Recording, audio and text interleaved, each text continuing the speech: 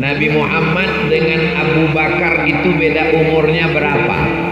2 tahun. Kalau Nabi Muhammad SAW dapat wahyu umur 40, lalu Abu Bakar masuk Islam di hari itu saat turun Iqra bismi rabbikal ladzi khalaq khalaqal insana min 'alaq, umur Nabi 40. Pertanyaannya, berapakah umur Abu Bakar waktu itu? 38. Kenapa jadi 42? Nabi lebih tua 2 tahun dari Abu Bakar. Kalau umur Nabi 40 saat turun Iqra, lalu Iqra itu disampaikan Nabi kepada Abu Bakar, berapakah umur Abu Bakar saat itu?